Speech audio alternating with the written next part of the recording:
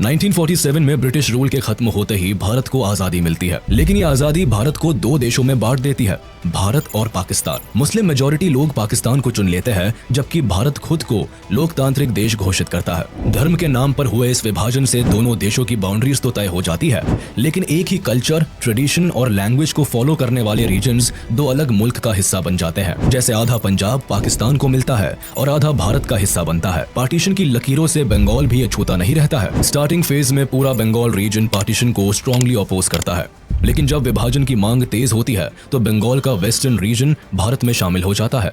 वही Muslim majority East Bengal Pakistan का हाथ थाम लेता है। उनकी उम्मीद होती है कि इस्लाम की फाउंडेशन पर बने पाकिस्तान में उन्हें better social and economic status और फैसिलिटीज मिलेंगी। साथ ही पाकिस्तानी गवर्नमेंट उनके फंडामेंटल राइट्स को रिकॉग्नाइज करे और उन्हें उनका पूरा हक दे। पाकिस्तान के साथ भारत में रह रहे कुछ मुस्लिम्स की भी यही उम्मीद होती है। इसलिए जब बंटवारा होता है तो दोनों ही कम्युनिटीज में मास माइग्रेशन देखने को मिलता है। हिंदू पाकिस्तान से भारत आते हैं तो मुस्लिम भारत से पाकिस्तान चले जाते हैं। वेस्ट बंगाल और बिहार से भी कई बिहारी मुस्लिम्स ईस्ट बंगाल की तरफ माइग्रेट करते हैं और हिंदू लोग भारत आ जाते हैं। ये मास माइग्रेशन अपने साथ एक बहुत बुरा दौर लेकर आता है, जिसमें दंगे फसाद से बेकसूर लोग मारे जाते हैं। लॉ एंड ऑर्डर पूरी तरह से तहस नहस हो जाता है। 14 लाख लोग अपना घर छोड़ देते हैं और लाखों फैमिलीज को अपनी डेस्टिनेशन पर पहुंचने से पहले ही मौत के घाट उतार दिया जाता है। मरने वालों की संख्या 2 लाख से 20 लाख तक बताई जाती है। इन टफेस्ट सिचुएशंस के बीच इंडिया का डिवीजन हो जाता है और एक नई कंट्री दुनिया को मिलती है, पाकिस्तान, जिसके 2 हिस्से होते हैं, वेस्ट पाकिस्तान और ईस्ट पाकिस्तान, जो एक दूसरे से 1600 किलोमीटर की दूरी पर होते हैं। पाकिस्तान की फॉर्मेशन में मेजॉरिटी भले ही मुस्लिम्स की होती है, लेकिन सभी एक अलग एथनिक ग्रुप को रिप्रेजेंट करते हैं। Majority of ethnic group Bengali Muslim की होती है, जो ईस्ट पाकिस्तान में रहते हैं, जबकि वेस्ट पाकिस्तान में पंजाबी, सिंधी, पख्तूनी और बलोची एथनिक ग्रुप की सुपीरियोरिटी रहती है। ऐसे में एक बड़ी आबादी होने के बाद भी बंगाली मुस्लिम्स को साइडलाइन कर दिया जाता है। पॉलिटिक्स से लेकर ब्यूरोक्रेसी, मिलिट्री और सभी पावरफुल पोजीशंस पर वेस्ट पाकिस्तान के एथनिक ग्रुप को रिप्रेजेंटेशन मिलती है। Specifically government related important decisions and work primarily West Pakistan में कॉन्सेंट्रेटेड रहते हैं। पाकिस्तान की पॉलिटिक्स में भी वेस्ट पाकिस्तान का इन्फ्लुएंस रहता है। 1947 में पाकिस्तान की शुरुआत भारत की तरह एक पार्लियामेंट्री डेमोक्रेसी से होती है, जिसमें प्राइम मिनिस्टर की कमान लियाकत अली खान संभालते हैं, जबकि मोहम्मद अली जिन्ना को पहला गवर्नर जनरल बनाया जाता है। अपने पहले ही टर्म में लियाकत सरकार को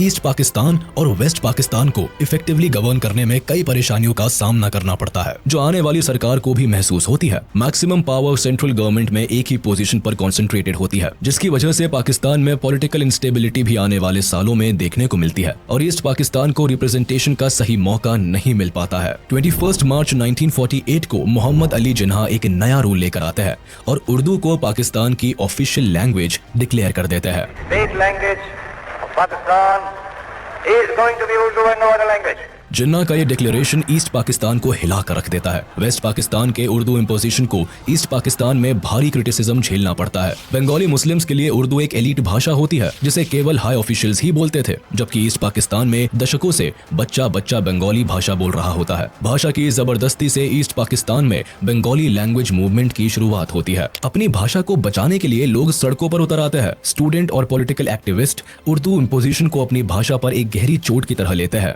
ईस्ट बंगाल की प्राइमरी लैंग्वेज बंगाली होती है। 1952 आते आते ईस्ट बंगाल में प्रोटेस्ट इतने तेज हो जाते हैं कि सरकार को सेक्शन 144 इम्पोज करना पड़ता है, यानी 3 से ज्यादा लोगों का एक साथ खड़ा होना फॉरबिड कर दिया जाता है। इस कानून के खिलाफ 21 फरवरी को ढाका यूनिवर्सिटी के स्टूडेंट्स एक साथ इकट्ठे होते हैं, लेकिन सेक्शन 144 के तहत पुलिस उन्हें हिरासत में ले लेती है। इससे स्टूडेंट्स की भीड़ और भी ज्यादा भड़क जाती है और student East Bengal legislative assembly में घुसने की कोशिश करते हैं। उन्हें रोकने के लिए पुलिस प्रदर्शनकारियों पर ओपन फायर करती है, जिसमें 5 लोगों की मौत हो जाती है। आगे चलकर ये दिन बांग्लादेश के इतिहास में अमर हो जाता है और आज भी इसी दिन को बांग्लादेश अपने लैंग्वेज मार्टर्स डे के तौर पर मनाता है। सरकार और बंगालियों का ये क्लैश इस कदर बढ़ जाता है कि 1956 में सरकार को बंगाली भाषा को ऑफिशियल स्टेटस और 1956 में स्टेट लैंग्वेज का दर्जा देना पड़ता है। ईस्ट पाकिस्तान में रह रहे लोगों की मांग तो पूरी हो जाती है, लेकिन सरकार के साथ इनकी नाराजगी खत्म नहीं होती, बल्कि ये घटना आग में घी का काम करती है। पाकिस्तान की फॉर्मेशन में मेजॉरिटी भले ही मुस्लिम्स की होती है, लेकिन सभी एक अलग एथनिक ग्रुप को रिप्रेजेंट करते हैं। पाकिस्तान में कई सरकारें बनती बिगड़ती है, कई बार मिलिट्री रूल भी देखने को मिलता है, लेकिन सरकार बनाने का मौका ईस्ट पाकिस्तान के लोगों के हाथ में कभी नहीं आता। उन्हें पॉलिटिकल रिप्रेजेंटेशन से तो दूर रखा ही जाता है, साथ ही ईस्ट पाकिस्तान के डेवलपमेंट पर भी ध्यान नहीं दिया जाता। 70% से भी ज्यादा नेशनल बजट वेस्ट पाकिस्तान के डेवलपमेंट पर लगाया जाता है, जबकि पाकिस्तान की आधी पॉपुलेशन ईस्ट पाकिस्तान में सेंटर्ड होती है। यही से पाकिस्तान को अपना 62% रेवेन्यू भी मिलता है। फिर भी इस हिस्से की ग्रोथ रेट 2.6% होती है, जबकि वेस्ट पाकिस्तान 4.4% की ग्रोथ से बढ़ता है। एक ही देश के दोनों हिस्सों में इस हद तक इकोनॉमिक डिस्क्रिमिनेशन होने से गवर्नमेंट और बंगाली लोगों के बीच की खाई गहरी होती चली जाती है। 1966 में मामला तब ज्यादा बिगड़ जाता है जब ईस्ट पाकिस्तान की अवामी लीग पार्टी सेंट्रल गवर्नमेंट के सामने इकोनॉमिक डेवलपमेंट को लेकर 6 पॉइंट की डिमांड उठाती है। पार्टी के लीडर शेख मुजीबुर रहमान इन डिमांड्स को पेश करते हैं, जिसमें साफ कहा जाता है कि ईस्ट पाकिस्तान को एक ग्रेटर ऑटोनॉमी बना दिया जाए, इसके रिसोर्सेज को यूज करने की पावर ईस्ट पाकिस्तान की सरकार के हाथ में दी जाए, यहाँ तक कि ईस्ट पाकिस्तान की अपनी एक अलग करेंसी हो, साथ ही वहाँ एक अलग रिजर्व बैंक स्टैब्लिश किया जाए। इसके अलावा ईस्ट पाकिस्तान को फॉरेन रिजर्व रखने की पावर भी दी जाए और इनके पास अपनी एक अलग डिफेंस फोर्स हो। अवामी लीग की डिमांड सत्ता में बैठी सरकार की जड़ें हिला देती है। इन पॉइंट से जाहिर होता है कि ईस्ट पाकिस्तान को इंडिपेंडेंट कंट्री बनाने की कोशिश की जा रही है। सरकार इन सभी पॉइंट्स को रिजेक्ट कर देती है और इन डिमांड्स को देश के खिलाफ बताती है। अवामी लीग भी इस फैसले से चुप नहीं बैठती और कंटिन्यूअस इस पर काम करती है। इसीलिए 1968 में सरकार अवामी लीग के लीडर शेख मुजीबुर रहमान और कई ऑफिशियल्स को देश के खिलाफ कॉन्स्पिरेसी रचने के इल्जाम में अरेस्ट कर लेती है। उस वक्त पाकिस्तान में जनरल अयूब खान की सरकार होती है और वो इल्जाम लगाते हैं कि अवामी लीग अगरतला में भारत सरकार के साथ मिलकर एक आजाद देश बनाने की साजिश कर रही है। लेकिन उनके ये सभी चार्जेस ईस्ट पाकिस्तान में काम नहीं करते, क्योंकि तब तक शेख मुजीबुर अवाम के बीच एक पॉपुलर लीडर बन चुके होते हैं। ये बंगाली अवाम के लिए उनकी आवाज बन चुके होते हैं। लोग अपने सुनहरे भविष्य की उम्मीद अवामी लीग से लगाकर रखते हैं। इसीलिए जब शेख मुजीबुर के अरेस्ट की खबर ईस्ट पाकिस्तान की जनता को मिलती है तो लोग सड़कों पर उतर आते हैं, जगह जगह प्रोटेस्ट होने लगते हैं। लोगों में इस कदर गुस्सा भरा होता है कि सरकार को मजबूरन घुटने टेकने पड़ते हैं। 22 फेब 1969 को शेख मुजीबुर को रिहा कर दिया जाता है, लेकिन ईस्ट पाकिस्तान में प्रोटेस्ट इस कदर बढ़ जाते हैं कि जनरल अयूब खान को रिजाइन करना पड़ता है। इसके बाद प्रेसिडेंट का पद संभालते हैं जनरल याहया खान, जो 1970 में पाकिस्तान में पहली बार जनरल इलेक्शन कराते हैं। Elections will take place. I have left this decision to the Chief Election Commissioner. Pakistani government इस गुमान में होती है कि majority of seats West Pakistan की पॉलिटिकल पार्टीज के हाथ आएगी, लेकिन जब रिजल्ट आता है तो पाकिस्तानी सरकार की नींव हिल जाती है। अवामी लीग को जनरल इलेक्शंस में भारी मतों से जीत मिलती है। 313 में से 167 सीट्स अवामी लीग को मिलती है, लेकिन वो ये सभी सीट्स ईस्ट पाकिस्तान में हासिल करते हैं, जबकि वेस्ट पाकिस्तान में एक भी सीट पर अवामी लीग की जीत नहीं होती। कुछ यही हाल वेस्ट पाकिस्तान की पाकिस्तान पीपल पार्टी का भी होता है, जिसे वेस्ट पाकिस्तान में 86 सीट्स मिलती है और ईस्ट पाकिस्तान में 0। अवामी लीग को पाकिस्तान में सरकार बनाने का अधिकार तो मिल जाता है, लेकिन ये वेस्ट पाकिस्तान की पॉलिटिकल पार्टीज को जरा भी रास नहीं आता। इसीलिए याहया खान और PPP leader Zulfikar Ali Bhutto military officials के साथ मिलकर नेशनल असेंबली को कैंसिल करने का प्लान बनाते हैं। 1 मार्च 1971 को प्लान के according Yahya Khan national assembly को कैंसिल कर देते हैं। ईस्ट पाकिस्तान की आवाम इस नाइंसाफी के खिलाफ आवाज उठाने से पीछे नहीं रहती। डेमोक्रेसी का ऐसा मजाक बनता देख लोग प्रोटेस्ट कर देते हैं। पहली बार ईस्ट पाकिस्तान में आजादी के नारे लगते हैं। सभी लोग साथ मिलकर एक नए देश की मांग करते हैं और बांग्लादेश नाम दुनिया के सामने आता है। अवामी लीग पार्टी भी अपनी आवाज बुलंद करती है और शेख मुजीबुर जनता के सपोर्ट में उतर आते हैं।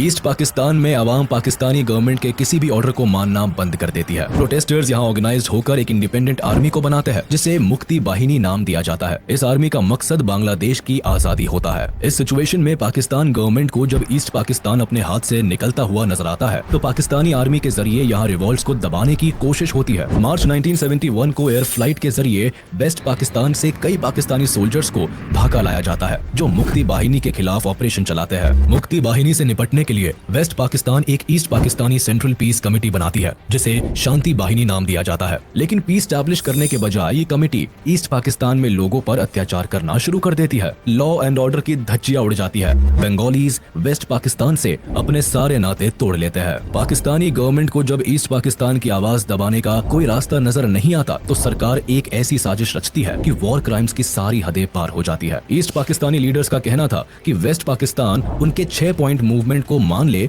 जिसके बाद वो सब हार्मनी के साथ रह सकते हैं। लेकिन पाकिस्तानी आर्मी को ये बात मंजूर नहीं होती। 25 मार्च 1971 को पाकिस्तानी आर्मी ईस्ट पाकिस्तान में एक खतरनाक जेनोसाइड प्लान करती है, जिसे ऑपरेशन सर्च लाइट नाम दिया जाता है। इसका मकसद बांग्लादेश की आजादी की मांग करने वाले सभी रेवोल्यूशनरीज को टारगेट करना होता है। साथ ही उन लोगों को भी मौत के घाट उतारना होता है जो अलग देश की मांग कर रहे होते हैं। कहने को तो ये पाकिस्तानी आर्मी का एक अभियान होता है, लेकिन सही मायनों में ये एक वॉर क्राइम का एक्ट साबित होता है, जिसका मकसद ईस्ट पाकिस्तान में जेनोसाइड और पब्लिक मैसेकर को अंजाम देना होता है। 25 मार्च बांग्लादेश के लोगों के लिए सबसे काली रात साबित होती है। Troops from West Pakistan, Punjabis, savagely terrorized the Bengali population of East Pakistan. Perhaps 1 million people died.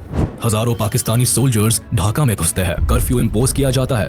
Telephone या रेडार सब बंद कर दिए जाते हैं। सभी फॉरेन जर्नलिस्ट को पहले ही डिपोर्ट कर दिया जाता है। पूरे शहर को सील करके सबसे पहले शेख मुजीबुर को अरेस्ट किया जाता है। ऑपरेशन सर्च लाइट में पाकिस्तानी सेना ने लगभग 10 लाख से ज्यादा बांग्ला बोलने वाले ईस्टर्न पाकिस्तानियों को मौत के घाट उतार दिया। इस मैसेकर में ज्यादातर नेता, क्रांतिकारी, बंगाली, अवामी पार्टी के मेंबर्स और आम जनता को बुरी तरह से टारगेट किया गया। इस भयंकर मैसेकर के बाद लाखों लोग भागकर भारत में शरण लेने आ जाते हैं। 25 मार्च की रात शुरू हुआ ये वॉर क्राइम लगभग अगले 8 महीनों तक चला, जिसमें 30 लाख से ज्यादा लोग पाकिस्तानी आर्मी के अत्याचार से मारे गए। हजारों को यही बुरी तरह से घायल कर दिया गया। यहाँ सबसे दिल दहला देने वाली बात ये हुई कि पाकिस्तानी आर्मी ने ईस्ट पाकिस्तान में लगभग 4 लाख लड़कियों और औरतों के साथ सामूहिक बलात्कार किया और उनका रेप करके उन्हें पब्लिकली परसिक्यूट कर दिया। पाकिस्तानी आर्मी के इस तरह के शर्मनाक काम को जब यूएस प्रेसिडेंट तक पहुंचाया गया, तब भी यूएस ने इस जेनोसाइड को रोकने का कोई काम नहीं किया। उल्टा अपने एलाइज पाकिस्तान को वॉर में सपोर्ट करते रहे। और इससे पहले ही शेख मुजीबुर ईस्ट पाकिस्तान को इंडिपेंडेंट कंट्री घोषित कर देते हैं और इसे बांग्लादेश नाम देते हैं। 27 मार्च को मेजर जियाउर रहमान खुद ये डिक्लेरेशन पब्लिक को पढ़कर सुनाते हैं।